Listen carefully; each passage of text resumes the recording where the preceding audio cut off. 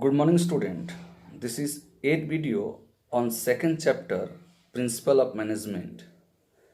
In previous video, I have already discussed what is Principle of Management, nature of Principle of Management, significance of Principle of Management, and Taylor's scientific management and technique of scientific management. In this video, I am going to start Fuel's Principle of Management. First of all, we will discuss short life history of Henry Fuel. Henry Fuel was born in France 1841. Henry Fuel का जन्म 1841 में France में हुआ था. He got degree in mining engineering in 1860 and started working as an engineer in local mining company.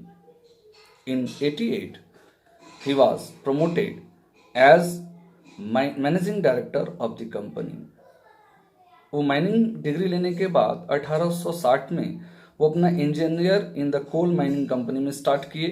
इन 1888 में in 88 में he was promoted as a managing director of the company. Company को उनको मैनेजिंग डायरेक्टर के post पर रखा गया. At the time the company was in the situation of insolvency. He accepted the challenge and applied his managerial technique to bring out the company from this situation, and he succeeded. When he retired after 30 years, the company was a leading coal steel company with a strong financial background. तो जब वो join किए थे company में, तो company क्या था, situation insolvency situation था, बैंकरप्सी का सिचुएशन था. लेकिन आफ्टर 30 साल वहाँ पर काम करने के बाद, अपने टेक्निक का और मैनेजरियल स्किल का परिचय देने के बाद, अपने मैनेजरियल स्किल को अप्लाई करके 30 साल के बाद जब वो कंपनी से रिटायर किए, तो कंपनी के अच्छे पोजीशन पर, स्ट्रॉन्ग फाइनेंशियल बैकग्राउंड हो गया कंपनी का. मेजर कंट्रीब्यूशन फ्यूल्स का क्या था मैनेजमेंट में, उसके बारे में हम लोग जानेंगे. तो हेनरी फ्यूल को हम लोग फेमसली जानते हैं father of management study and thoughts के बारे में. क्या कारण था, क्यों उनको हम लोग फादर ऑफ मैनेजमेंट स्टडी बोलते हैं? तो कुछ कारण थे, उन कारणों को हम लोग वर्णन कर रहे हैं. फर्स्ट कारण था, he made clear distinctions between technical and managerial skill. Managerial skill क्या होता है और टेक्निक क्या होता है, इसमें डिफरेंशिएट किए थे वो. He identified main steps in the process of management which are considered the major function of management. वो क्या था, planning, organising, staffing, directing and controlling के बारे में वो बात किए थे. वो पहले ऐसे व्यक्ति थे जो मैनेजमेंट के फंक्शंस को planning, organising, staffing, directing and controlling के बारे में बात करने वाले पहले व्यक्ति थे. He developed 14 principles of management which acts as a guideline for the manager to perform managerial activities. उन्होंने 14 प्रिंसिपल ऑफ मैनेजमेंट दिए हैं जो गाइडलाइन के रूप में, मैनेजर्स को गाइडलाइन के रूप में काम करता है जब वो मैनेजरियल स्किल को अप्लाई करता है या मैनेजरियल स्किल को लागू करके अपने मैनेजमेंट को करता है. When he performing his management duty, manager applies 14 principal of management given by Henry Fayol. तो हेनरी फ्यूल का ये मेजर कंट्रीब्यूशन था, इसीलिए उनको father of management study and thoughts बोला जाता है. अब हम एक एक करके इनके 14 प्रिंसिपल ऑफ मैनेजमेंट को हम लोग पढ़ेंगे, याद रखेंगे. तो 14 प्रिंसिपल, फ्यूल्स के 14 प्रिंसिपल को याद रखने के लिए हम लोग क्या 14 प्रिंसिपल को भूल जाते हैं. तो याद रखने का एक शॉर्ट फॉर्म एक्रोनिम्स है, उसको हम लोग लिख लेंगे. दादू, DADU, Dadu. Is, IS is, show, SO, show. Secure, SECURE. तो दादू इज सो सिक्योर, ये एक सेंटेंस ही नहीं, इसमें 14 लेटर है और वो 14 लेटर से हम हेनरी फ्यूल्स के 14 प्रिंसिपल ऑफ मैनेजमेंट को याद रखेंगे वन बाय वन. तो सबसे पहले हम लोग डिस्कस करेंगे पहला principle, that is division of work. तो पहला प्रिंसिपल हम लोग क्या किए, division of work. According to this principle, ये प्रिंसिपल क्या है, according to this principle the whole work must be divided into small task और units instead of assigning the whole work to one person. One task or unit of work should be assigned to one person according to the capability, qualification and experience of the person. When a person is performing a part of job again and again, जब वह आदमी बार बार किसी काम को करता है again and again repeatedly, he will become perfect and specialize in doing that work that work and specialize in doing that work, the efficiency level will improve. उनका efficiency level 1. Fuel said not only the factory worker but technical, managerial and skill job should also be divided into small segment or specialization. तो ये fuel क्या बोले कि division of work में fuel हम लोगों को एक प्रिंसिपल दिए. फ्यूल क्या प्रिंसिपल दिए कि किसी काम को ग्रुप में छोटे छोटे टुकड़ों में बांट देना, छोटे छोटे टुकड़ों में बांट देना है. पूरा वर्क को एक आदमी को ना देख करके तो छोटे छोटे यूनिट में बांट देना है. पूरा वर्क एक ही आदमी को ना दे करके उसकी कैपेबिलिटी और क्वालिफिकेशन और उसके एक्सपीरियंस के आधार पर काम को छोटे छोटे टुकड़ों में बांट देना है, ताकि वो व्यक्ति या वर्कर हमारा उसमें एफिशिएंट हो जाए, काम करने में सक्षम हो जाए, काम को अच्छा से कर पाए. This principle is given by Henry Fayol. तो what is the positive effect of this principle of division of work. Division of work का पॉजिटिव इम्पैक्ट क्या हुआ या पॉजिटिव क्या प्रभाव पड़ा. स्पेशलाइजेशन हुआ. कैसे स्पेशलाइजेशन हुआ.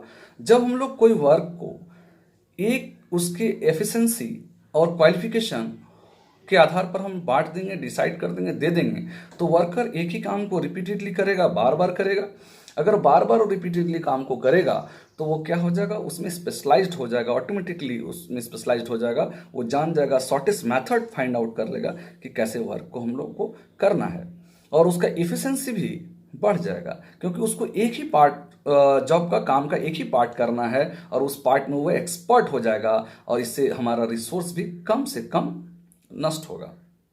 अब इसका कंसिक्वेंस क्या है, तो या इसका नेगेटिव इम्पैक्ट क्या पड़ेगा. Suppose if you are not applying in our manager skill of this principle division of work Fayol Henri Fayol given by the principle Henri Fayol. अगर हेनरी फ्यूल के द्वारा दिए गए ये प्रिंसिपल को अगर हम डिवीजन ऑफ वर्क को अप्लाई नहीं करते हैं तो इसका कंसिक्वेंसेस क्या होगा.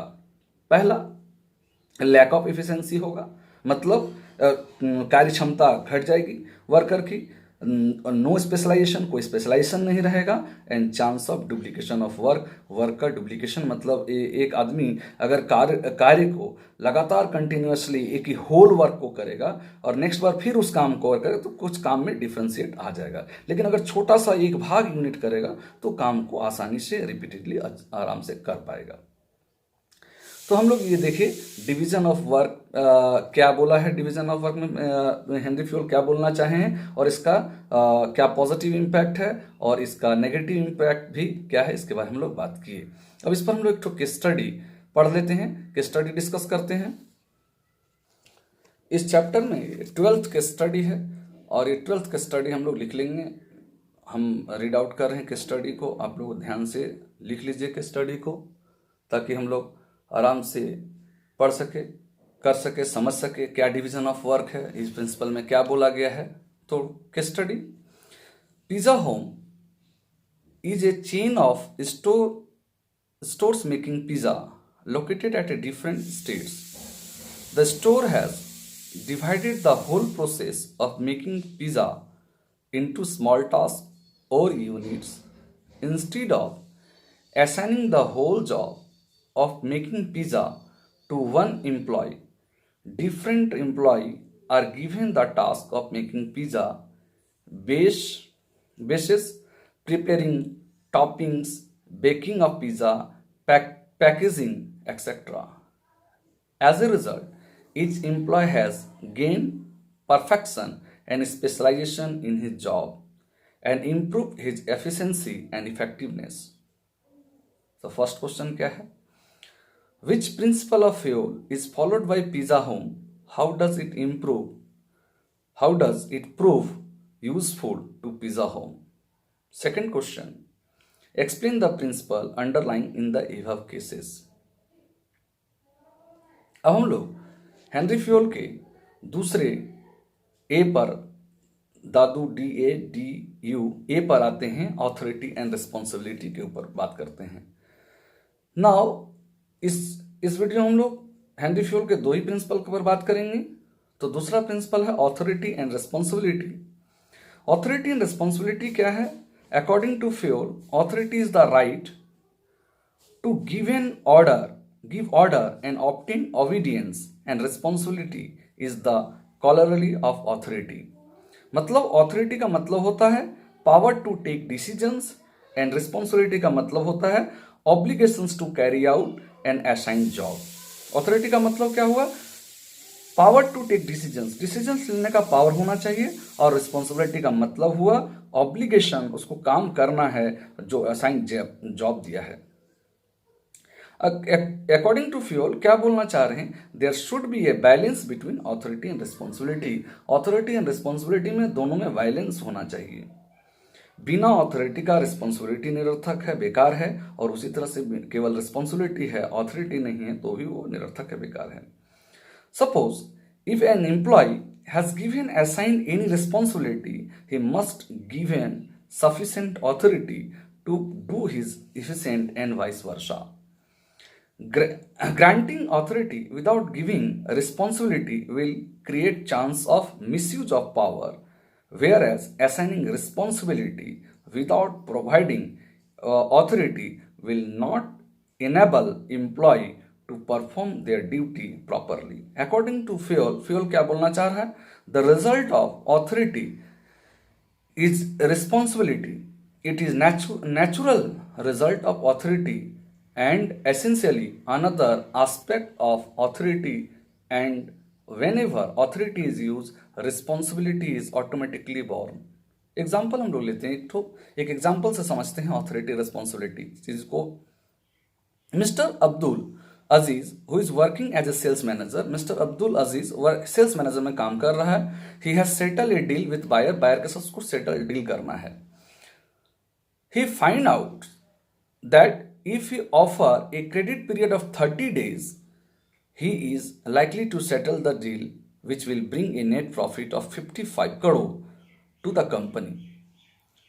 तो अब्दुल अजीज क्या कर रहा है? एक सेल्स मैनेजर होने के कारण वो अगर डील को सेटल कर रहा है, वो देख रहा है कि अगर हम बायर को 30 दिन का क्रेडिट देंगे तो हम ये डील को सेटल कर सकते हैं, और इससे कंपनी को 55 करोड़ का प्रॉफिट होगा। सपोज मान लेते हैं the company give power to Mr. Aziz to offer a credit period only 20 days। He may not be able to settle the deal, वो डील को सेटल नहीं कर पाएगा। तो 10 क्या होगा? obviously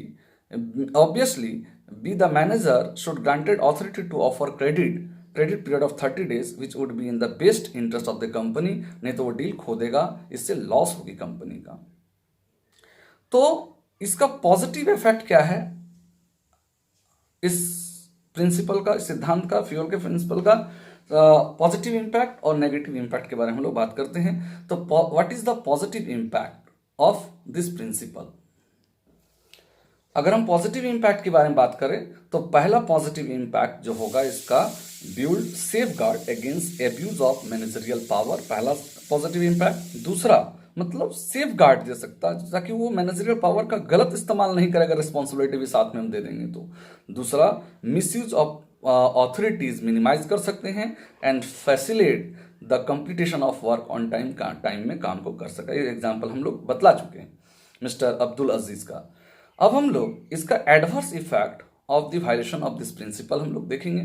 तो एडवर्स इफेक्ट क्या होगा? In the absence of authority, subordinate may not be able to perform his or her duty effectively. वही हम लोग देखें, अब्दुल अजीज को अगर हम लोग क्रेडिट पीरियड कंपनी अगर नहीं देती कि ठीक है you can decide the credit period, हम लोग दे सकते हैं 30 डेज। अगर हम कंपनी बोलती नहीं आप नहीं डिसाइड कर सकते हैं, 20 डेज ही डिसाइड होगा, तो वो डील को फाइनलाइज नहीं कर पाता। लेकिन अगर उसको क्रेडिट पीरियड हम दे दिए हैं, कंपनी बोल दी है कि you can decide with the help which will be good for the company, which will be the better for our enterprises, you will take the decisions yourself, then he will able to finalize the deal, otherwise he will not able to finalize the deal।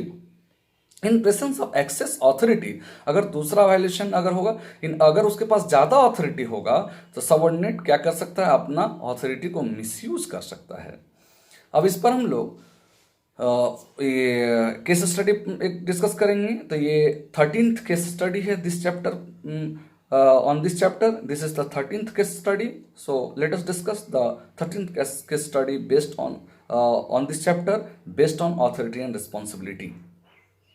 तो authority और responsibility पर based हमारा ये case study है, और इस chapter का ये 13वां केस स्टडी है। Let us start the case study. Case study क्या है? Ghanshyam, a foreman of Hari Limited. He is given the responsibility of meeting a production target of 1000 TV set in a month. The target can be completed by the placing 100 workers under him. Presently, only 80 workers are working under him. He is not given the authority to employ 20 more workers. As a result, he failed to meet the target. Case study हो गया कि Ghanshyam foreman है कहाँ का? हरी limited का। उसको responsibility दिया गया कि प्रोडक्शन टारगेट 1000 है TV set in a month में बनाना है, और द टारगेट कंप्लीट हो सकता है कितना? 100 वर्कर के साथ में। लेकिन प्रेजेंटली वहां पर 80 वर्कर ही काम कर रहा है। तो और उसको ये भी अथॉरिटी नहीं दिया गया है कि वो 20 और एम्प्लॉय ले सके। तो इससे क्या होगा? वो टारगेट को मीटअप नहीं कर पाएगा। तो पहला क्वेश्चन क्या है? Which principle of Fayol is not applied here, और हम कह सकते हैं और इसको बोल सकते हैं which principle is being violated. इससे कौन सा प्रिंसिपल वायलेट हो रहा है? दूसरा, state the principal which should be applied in the above case. तो इसमें और कौन सा प्रिंसिपल अप्लाइड है और उस प्रिंसिपल को हमको लिखना है। Please listen the case study carefully. इस वीडियो में हम लोग क्या डिस्कस किए? हेनरी फ्यूल का प्रिंसिपल स्टार्ट किए, हेनरी फ्यूल का ब्रीफ हिस्ट्री डिस्कस किए, और उनके द्वारा उनका क्या क्या कंट्रीब्यूशन है, क्यों उनको फादर ऑफ मैनेजमेंट बोला जाता है, इसके बारे में हम लोग डिस्कस किए। और हम लोग डिस्कस किए 14th प्रिंसिपल में 2 प्रिंसिपल हम लोग डिस्कस किए, that is division of work, उस पर हम लोग स्टडी डिस्कस किए, और हम लोग ऑथोरिटी एंड रिस्पॉन्सिबिलिटी पर डिस्कस किए। That's all for this video. इस वीडियो में इतना ही, और ज़्यादा हम लोग डिस्कस करेंगे तो वीडियो लंबा हो जाएगा, आपको भी असुविधा होगी समझने में एक दिन में ज़्यादा से ज़्यादा। तो इसलिए हम लोग 2 ही प्रिंसिपल डिस्कस किए हेनरी फ्यूल का। आप बार बार ध्यान से वीडियो को सुनिए, और एनसीईआरटी बुक से एक बार दोनों के स्टडी को, दोनों प्रिंसिपल्स को, फ्यूल के प्रिंसिपल्स को पढ़िए।